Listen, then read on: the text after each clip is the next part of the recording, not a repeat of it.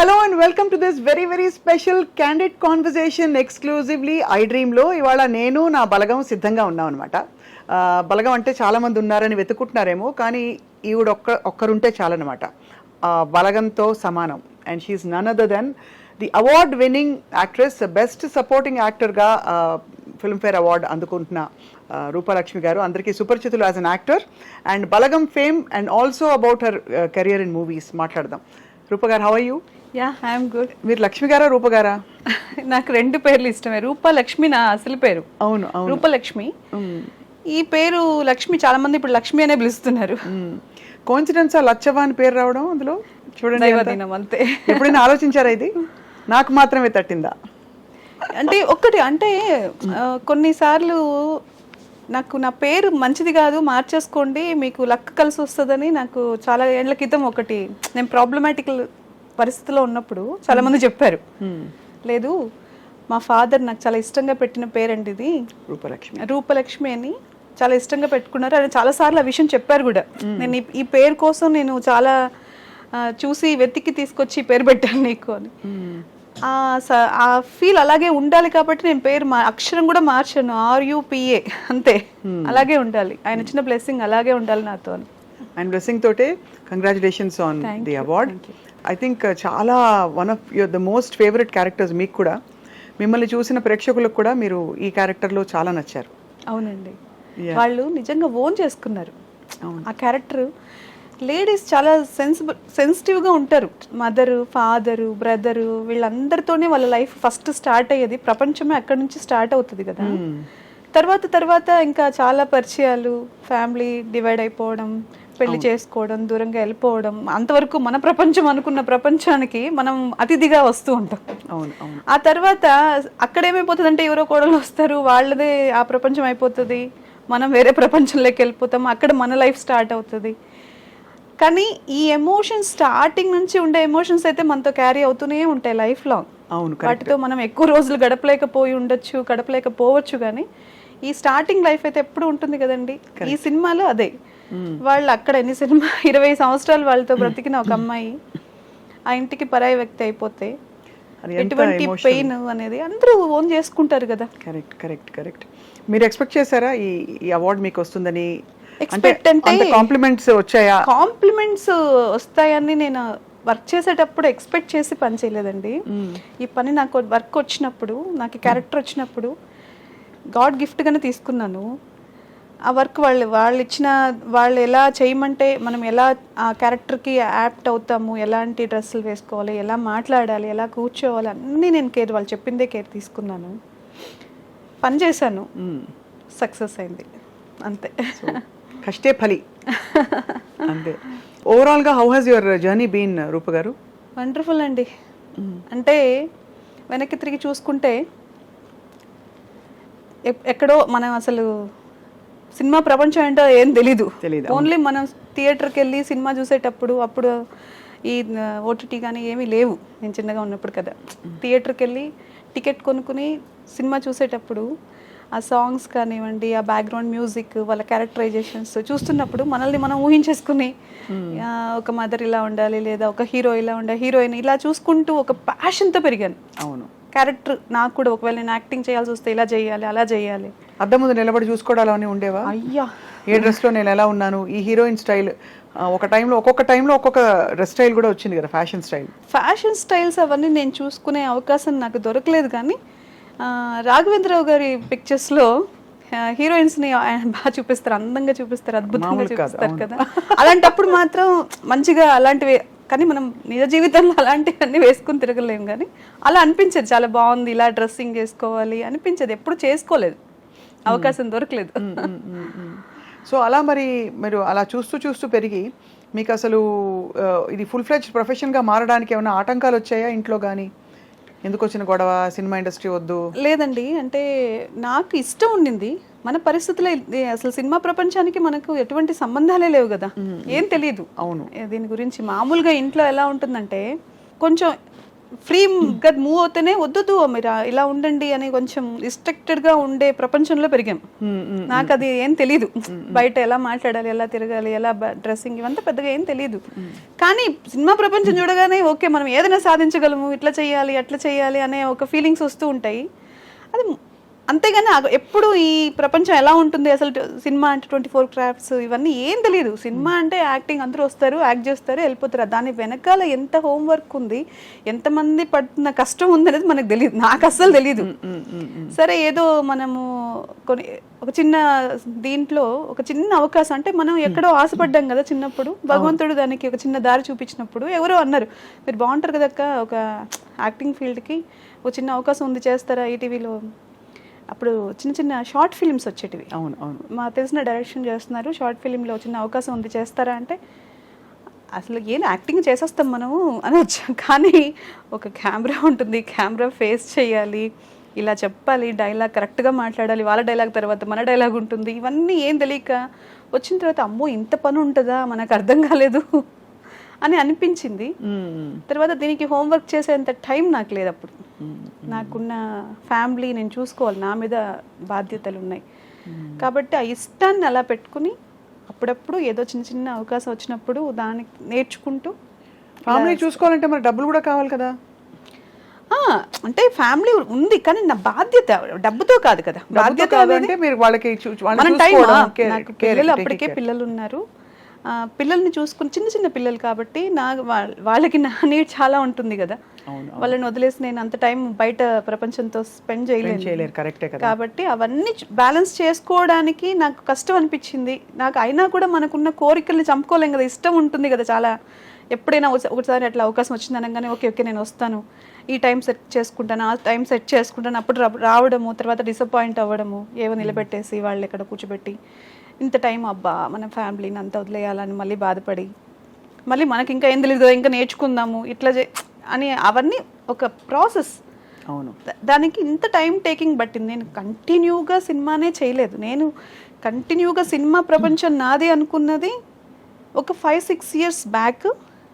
ఒక 3 ఇయర్స్ నుంచి ఈ ప్రపంచానికి నేను అంకితం అయిపోయాను సినిమాకి. నాకు నా టైం స్టార్ట్ అయిందనే ఫీలింగ్ వచ్చిన తర్వాత వచ్చా. అంటే క్యారెక్టర్స్ కూడా అలా రావడం మొదలు పెట్టాయి కదా. అంటే అయస్కాంతం లాగా మనం ఎప్పుడు రెడీ అవుతామో అప్పుడే కదండి ఏదన్నా మనకు కూడా. నేను ఆ టైంకి నేను చాలా ఫ్లెక్సిబుల్ అయిపోయాను. Okay this time to start my life అనుకున్నాను. యువర్ టైమ్ స్టార్ట్స్ నౌ అన్నారు. రావడం అలా ఢామని ఇది ఇలా మంచి అవార్డు రావడం, మంచి గుర్తింపు రావడం. మీరు చేసిన క్యారెక్టర్స్ అన్నిట్లో లచ్చవ క్యారెక్టర్ అంత బాగా పండడానికి what is the main reason అంటారు? అంటే ఒకటి రిలేట్ చేసుకోవడం అందరం చెప్పారు, కాకుండా డైరెక్టర్ ప్రమేయం, మీ ఇన్వాల్వ్మెంట్, మీ డ్రెస్సింగ్ అంతా ఎలా జరిగింది చెప్పండి. బలగంలో ఫస్ట్ వాళ్ళు క్యారెక్టర్స్ సెలెక్ట్ చేసుకునేటప్పుడే చాలా పర్టికులర్గా అన్నీ చూసుకుని ఆ సినిమా వాళ్ళకి ఎలాంటి వాళ్ళని సెలెక్ట్ చేసుకోవాలి, కలర్, స్కిన్ టోన్స్ అన్నీ చూసుకుంటున్నారు. తర్వాత నన్ను సెలెక్ట్ చేసుకునేటప్పుడు కొంచెం బ్రైట్గా ఉన్నారు కదా ఈవిడ, మళ్ళీ మనం పక్క ఊర్లో తీస్తున్నాం కదా, కొంచెం ఈవిడ ఏమన్నా ఇట్లా క్లాసీగా కనిపిస్తారా ఏంటి, ఇవన్నీ కూడా వాళ్ళకి డౌట్స్ వచ్చాయి. నాకు పిలిచి బలగం వేణుగారు, అప్పుడు బలగం లేదు అదే వేణుగారు, ఇట్లా జబర్దస్త్ వేణుగారు తీస్తున్నారు అన్నప్పుడు నేనేదో షూటింగ్ నుంచి వెళ్తూ ఉన్నాను విత్ మేకప్. వెళ్ళేసరికి ఆయన సరే అనుకుంటున్నామండి కన్ఫర్మ్గా క్యారెక్టర్ వస్తుందో లేదు తెలియదు, మేము క్యారెక్టర్ అయితే మీద అనుకుంటున్నాము అని చెప్పి ఎక్స్ప్లెయిన్ చేశారు. ఒక సీన్ చెప్పారు. సీన్ చెప్పినప్పుడు నేను అనుకున్నాను నిజంగా చాలా స్ట్రెంగ్త్ ఉంది కదా. ఇప్పుడు సినిమాల్లో క్యారెక్టర్ ఆర్టిస్ట్కి అంత క్యారెక్టర్స్ లేవు. ఒక సినిమా మొత్తంలో ఎప్పుడో వాళ్ళు వస్తారు, ఒక మదర్ గాను ఒక దీంట్లోనే అలా నిల్చోవడము, కాఫీ ఇవ్వడము, లేదా నవ్వడము, ఏదన్నా ఇలా చేయొద్దు అలా చేయొద్దు అని చెప్పడము, లేదంటే ఏదో ఒక్క చిన్న ఫ్రేమే కనిపించడానికే అవకాశం ఉంటుంది. ఫ్రేమ్ మొత్తం ఉంది, ఫ్రేమ్లో నాకు చాలా ఇంపార్టెన్స్ ఉంది. అయ్యో ఇది క్యారెక్టర్ చాలా డెప్త్ ఉంది, ఎలాగైనా చెయ్యాలని చాలా ఆశపడ్డాను. ఆయన చెప్పగానే వేణుగారికి కూడా అదే చెప్పాను. చేసినప్పుడు ఆయన కూడా బాగా చేశారండి, వెంటనే బాగా చేశారన్నారు.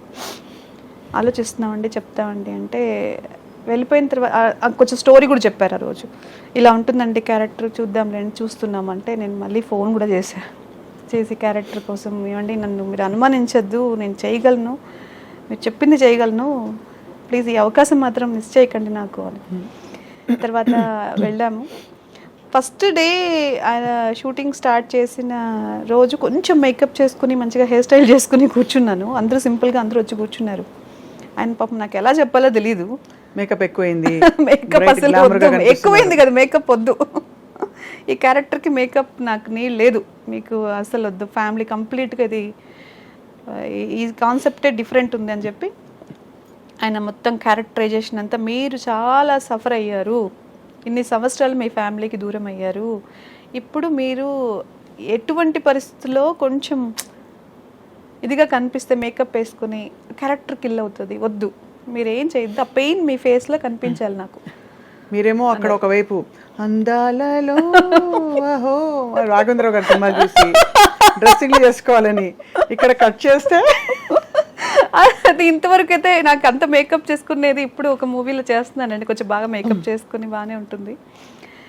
అది కొంచెం అట్లా అనిపించింది, కానీ వెంటనే నాకేం డిసప్పాయింట్ ఏం లేదండి. ఆయన చెప్పింది నాకు అర్థమైంది, ఓకే వెంటనే వెళ్ళి మేకప్ తీసేసి మొత్తం హెయిర్ స్టైల్ అంతా మార్చేసి వచ్చి కూర్చున్నాను, అంతే అండి, ఇంతే. మీరు సినిమా అంతా గుర్తుపెట్టుకోండి, ఇలాగే రన్ అవుతుంది. బాగా జుట్టు గిట్టు కూడా మొత్తం ఏం లేదు, కంప్లీట్గా ముడి వేసేసుకోవడము, ఎక్కడ హెయిర్ ఇట్లా కొంచెం కూడా ఇట్లా ఇట్లా పెట్టుకోవడానికి కూడా లేదు. ఏదో ముంగులు ఇలా వచ్చి ఇలా పడే అవకాశాలు కూడా ఉండవు కదా, అంత నీట్ అంతా ఫుల్ పౌడర్ ప్యాడ్ కూడా లేదండి. ఒక ఒక ఒక సీన్ లో ఫుల్ ఎండ, బాగా ట్యాన్ అయిపోయాం ఎండలో షూటింగ్ చేసి చేసి చేసి. శవయాత్ర ఒకటి, తర్వాత ప్రతి సీన్ లో ఆల్మోస్ట్ ఎక్కువ సేపు మేము ఎండలోనే ఉండాల్సి వస్తుంది.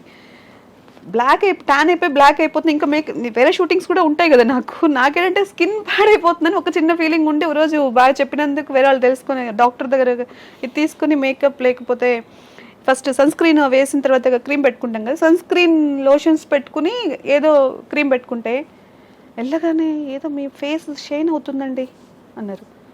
నేను ఏం చేయలేదండి, ఓన్లీ సన్ స్క్రీన్ పెట్టుకున్నాను అంటే, లేదు లేదు ఇక అక్కడ చెమటకి సన్ స్క్రీన్ లోషన్ ఇలా కారుతుంది అనమాట. అదే అదే అది కారి అది అలా, అది కూడా వద్దు, సన్ స్క్రీన్ లోషన్ కూడా మీరు పెట్టుకోవడానికి హక్కు లేదు ఈ సినిమాలో అన్నారు. Okay sir. అయితే మొత్తానికి అంటే బట్ అంత వర్కౌట్ అయింది కాబట్టి ఇవాళ మీకు అంత గుర్తింపు వచ్చింది ఈ క్యారెక్టర్తో కదా రూపలక్ష్మి గారు. అదైతే చాలా హ్యాపీ, ఎందుకంటే సినిమా మొత్తము ఆయన ఏం చెప్పారో, ఆయన ఏం అనుకున్నారో అది మా దగ్గర వర్క్ చేయాలి. ఒక డైలాగ్ కొంచెం చెప్పచ్చు కదా మా కోసం. బాబు ఎంత పని చేసినావే, ఒక్కసారన్నా ఈ కూతురు నీకు యాదికి రాలేదనే అని ఆయన మీద పడి ఏడుస్తాను కదా. నాకు మీరు చెప్తుంటే నాకు ఏడుపు వచ్చేస్తుందండి బాబు. థ్యాంక్ యూ అండి. అది ఫస్ట్ అంటే నాకు ఎమోషన్ అంతవరకు అప్పుడే ఏడుస్తూ కూర్చుంటాను, అక్కడక్కడ కనిపిస్తాను, కానీ నా సీన్లో ఫస్ట్ మీరు ఇప్పుడు ఈ సీన్ బాగా చేయాలి మీరు అన్నారు. కామెడీ ఏంటంటే ఎక్కడ నాకు కరెక్షన్ చెప్పరు, ఆయన చెప్పేస్తారు, మనం వర్క్ చేసుకుంటూ ఉన్నాం. ఆ సీన్లో ఏమైందంటే డైరెక్షన్ డిపార్ట్మెంట్లో నాగరాజ్ గారు వీళ్ళందరూ ఉంటారనమాట, రైటర్ అయినా, వాళ్ళందరూ మాట్లాడుతూ సరదాగా నాతో అప్పటికి కొంచెం ఫ్రెండ్షిప్ అయ్యేసరికి, మీరు ఇప్పుడు సూపర్ ఫాస్ట్ ఎక్స్ప్రెస్ లాగా పరిగెత్తుకుంటూ వచ్చి డైలాగ్ చెప్పాలి అన్నారు. అంటే నేను ఎంత ఇన్వాల్వ్మెంట్ అయిపోయాను అంటే, వాళ్ళు ఏం చెప్తే చేయడానికి రెడీగా ఉన్నాను అక్కడ వర్క్. కార్ దిగి వస్తాం ఆ సీన్లో, నేను నిజంగా సూపర్ ఫాస్ట్ ఎక్స్ప్రెస్ లాగా పరిగెత్తుకుంటూ వెళ్ళాను. ఆయన వెళ్ళిపోయాడు, ఇంకెవరు పోవడానికి సిద్ధంగా లేరు, మీరు మామూలుగా అని చెప్పి మళ్ళీ వచ్చి వేణుగారు చెప్పారు. ఆ రోజు చాలా ఫన్ అయిందను, మీరు చాలా పెయిన్తో ఇప్పుడు దిగాలి, అది ఒక్కసారి నాకు కరెక్షన్ చెప్పడం ఆయన. ఇంకెక్కడ కూడా నాకు అది కూడా మనకు వాళ్ళు చెప్పింది చేశాం, కానీ ప్రతి సీన్లో అంత కేర్ ముందుగానే చెప్పేవాళ్ళు. ఒకవేళ నేను మళ్ళీ నాకు డౌట్ వచ్చినా ఏం మొహమాటం లేకుండా అడిగేసేదాన్ని, ఓకే అండి నేను ఇప్పుడు ఇక్కడ ఇంతకు ముందు ఫీల్ ఏం జరిగింది, ఇప్పుడు ఏ సీన్కి వెళ్తున్నాము, అదంతా క్లారిటీగా ఉండేవాళ్ళము. ఆయన కూడా అసలు ఏం విసుక్కోకుండా చాలా క్లారిటీగా ఉండేవాడు. ఇప్పుడు ఎన్ని సినిమాలు అయ్యాయి రూపలక్ష్మి గారు మీకు, అంటే ఓవరాల్గా ఆల్మోస్ట్ ఇప్పటికైతే 70 to 80 మధ్యలో. మదర్ క్యారెక్టర్స్ కూడా వేశారు, కానీ మీరు ఇంత చిన్నగా ఉన్నారు కదండి.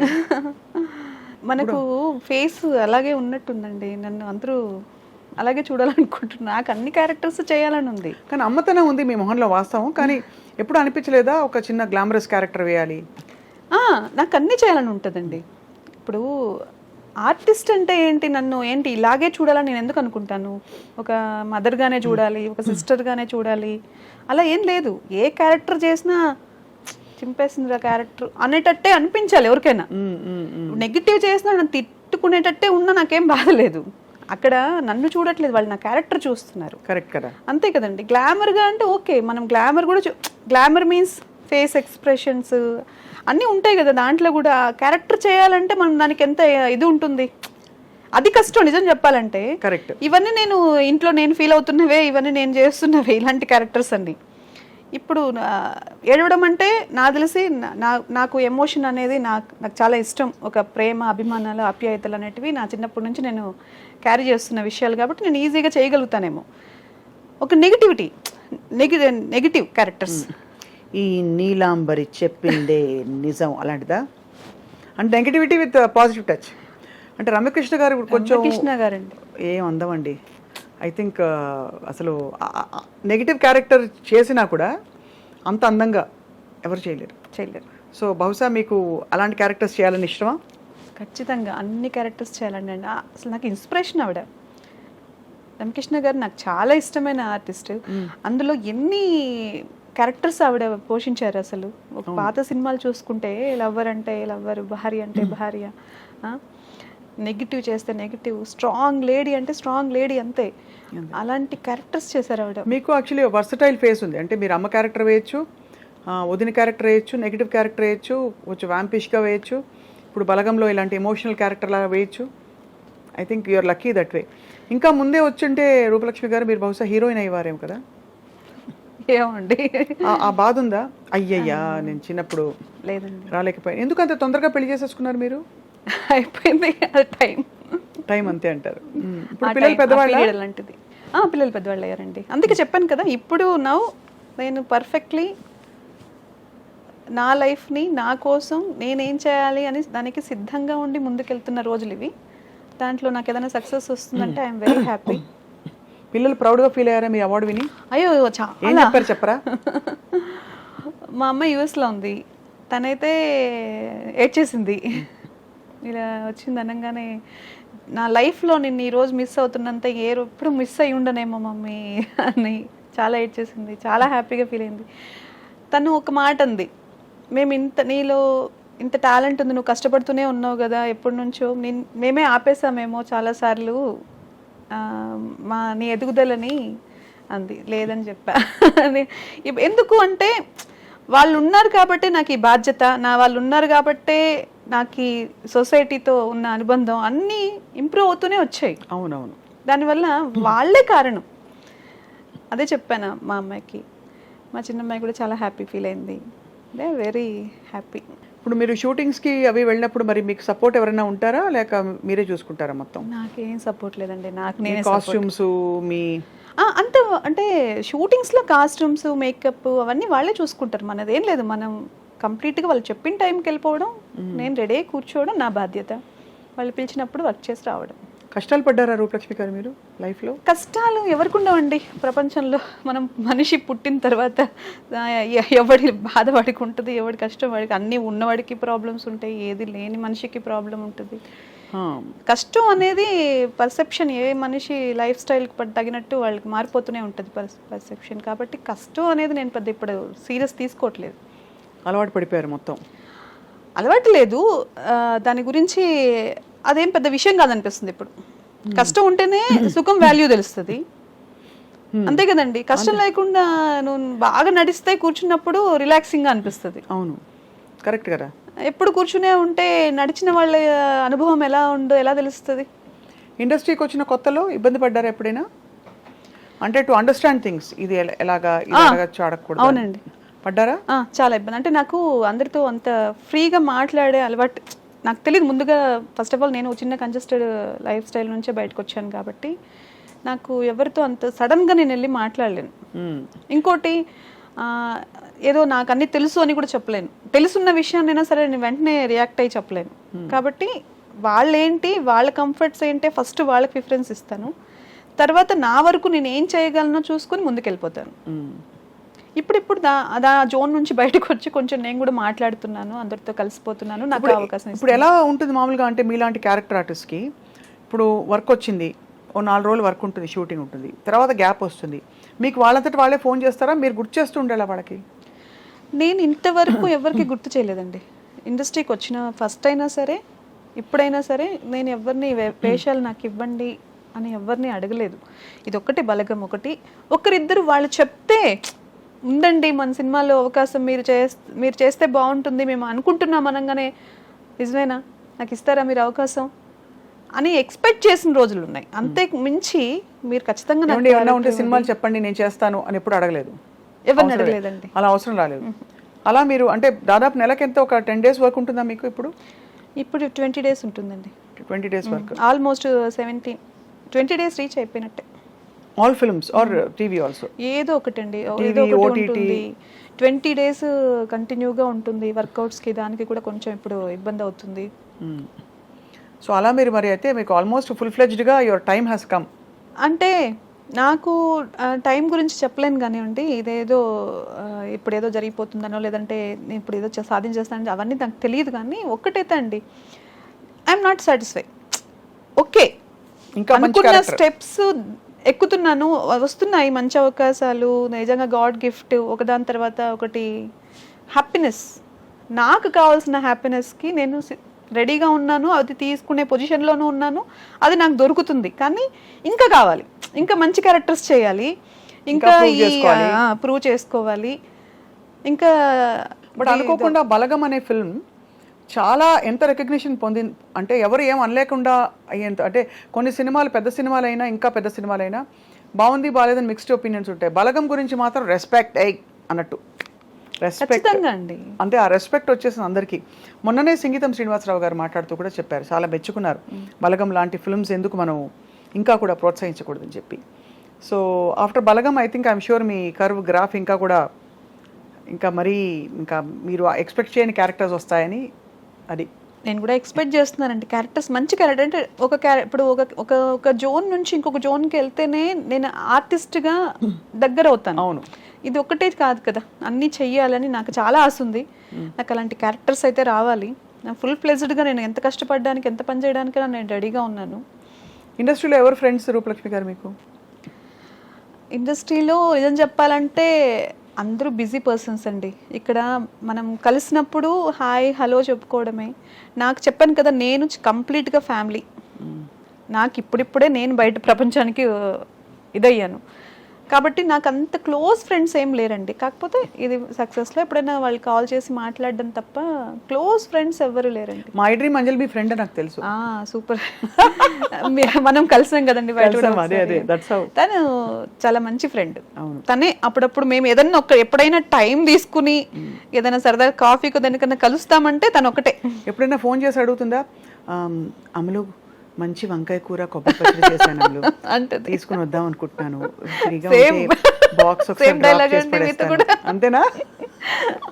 అసలు తను ఎంత హార్టీ అండ్ హార్ట్ఫుల్ అంటే తినవే రావే కనీసం కాఫీ తాగొచ్చు కదా, నేను వెళ్ళేటప్పుడైనా ఫోన్ చేయొచ్చు కదా అంటది. తను మాత్రం మా ఇంటి సైడ్ నుంచి ఎన్నోసార్లు వెళ్తూ ఉంటది, 100 సార్లు వెళ్తే ఒకసారి చెప్తుంది.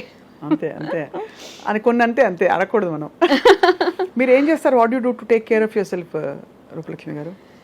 నాకు నా గురించి ఆలోచించుకోవాల్సి వస్తే నాకు నా గురించి టైం కావాలి. నేను ఒంటరిగా ఎక్కువ ఉండడానికి ఇష్టపడతాను, బుక్స్ చదవడానికి ఇష్టపడతాను, మంచి మ్యూజిక్ వినడానికి ఇష్టం చూపిస్తాను, మంచి ప్లేసెస్ చూడడానికి ఇష్టపడతాను.